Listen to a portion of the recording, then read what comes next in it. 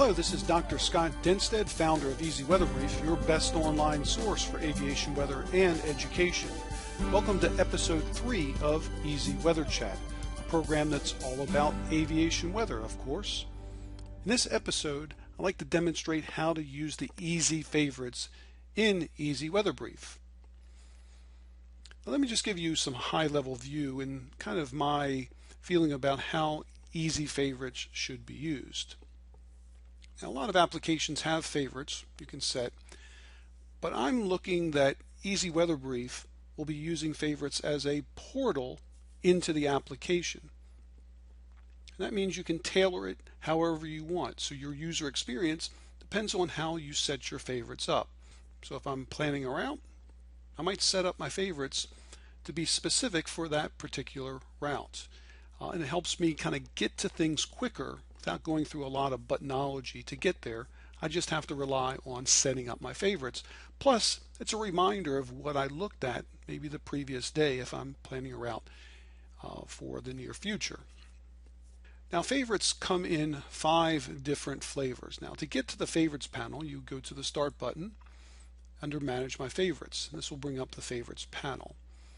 Now, essentially, you'll see that when you first join, you'll get 5 different folders here that represent the 5 different kinds of favorites.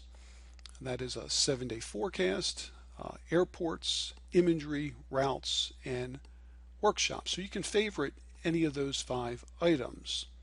You can also create other folders by just right mouse clicking on the EZWxBrief root folder. You can't touch or delete that, and you can create a new folder from there. You don't have to stick with these My Workshops or My Routes. They're just there to get you started. You can delete those, you can rename those, whatever you want, but they're there for you to start using the application. So let's go ahead and create a couple of favorites. So let's go ahead and create a favorite for the 7-day forecast. And to do that, you'll see the 7-day forecast panel up here in the upper right on the map display.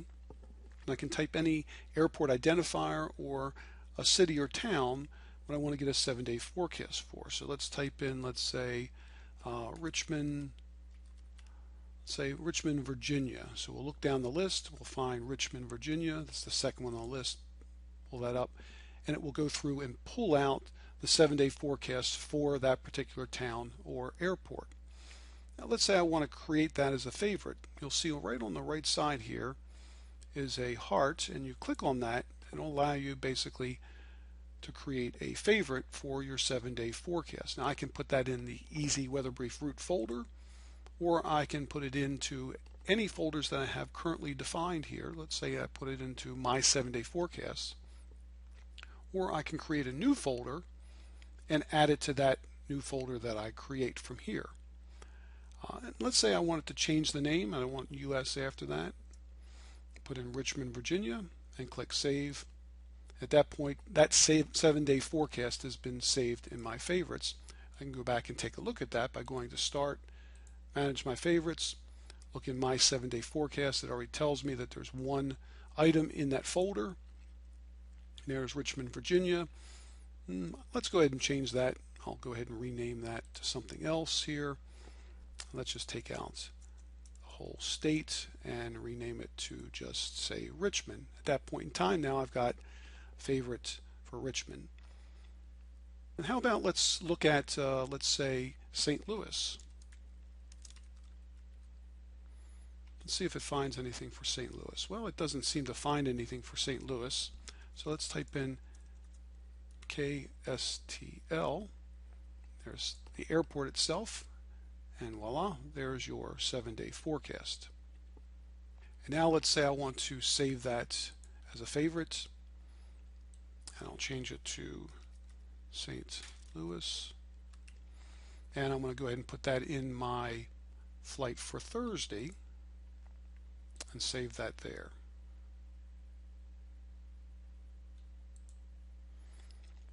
Now I have the ability to go back to my favorites again and see my flight for Thursday, and there it is, St. Louis. And if I decide later I don't want that in my particular folder, I can then drag and drop that into some other folder at that point in time, and it moves it to, in this case, my 7-day forecasts.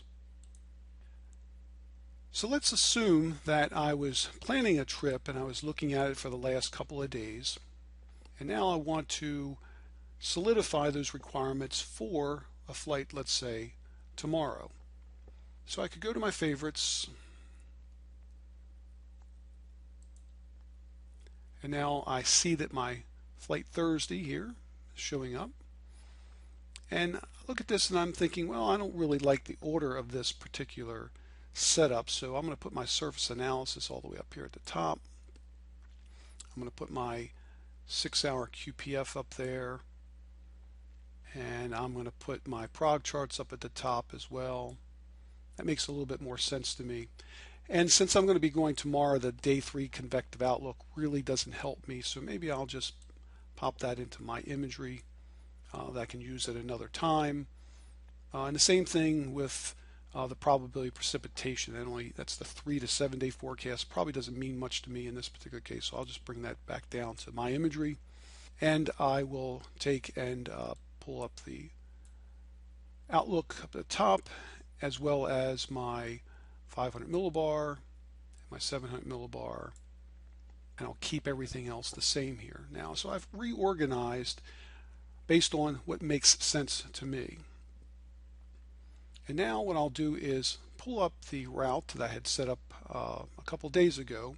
That's that Charlotte to St. Louis flight. I'll click on that, and that's going to take me to the route profile, so I can start to examine what it's going to be like tomorrow along that route of flight.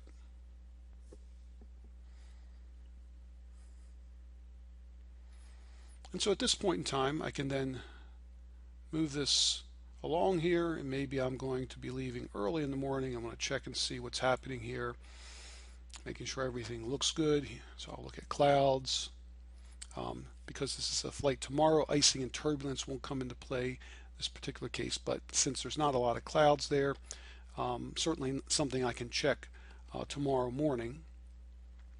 And at that point in time, I want to go back and kind of recheck all the elements that I had worked through the previous day or two, and I can go back to my favorites here, and I'm going to go ahead and check out the surface analysis again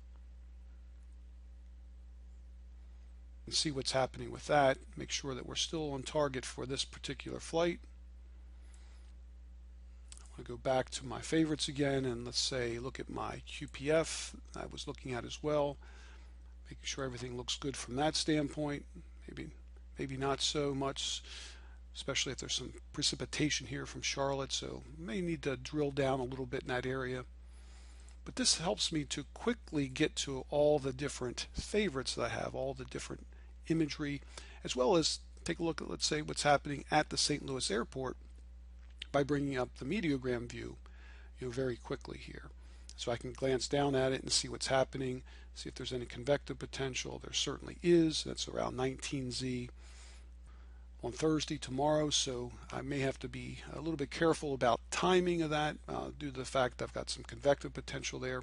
So all this is available to you pretty quickly by using your favorites.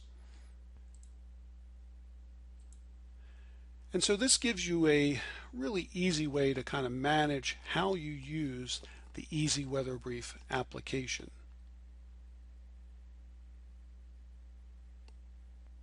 Now just a quick note, and to emphasize that any of the imagery, for example, is going to take you to the current or latest imagery. So if you were to select any of these images here, let's say the 500 millibar chart, it's going to take you to whatever the current image is, not necessarily what you looked at a couple of days ago. This is not showing you an archive, it's showing you the latest and greatest forecast for that set of imagery.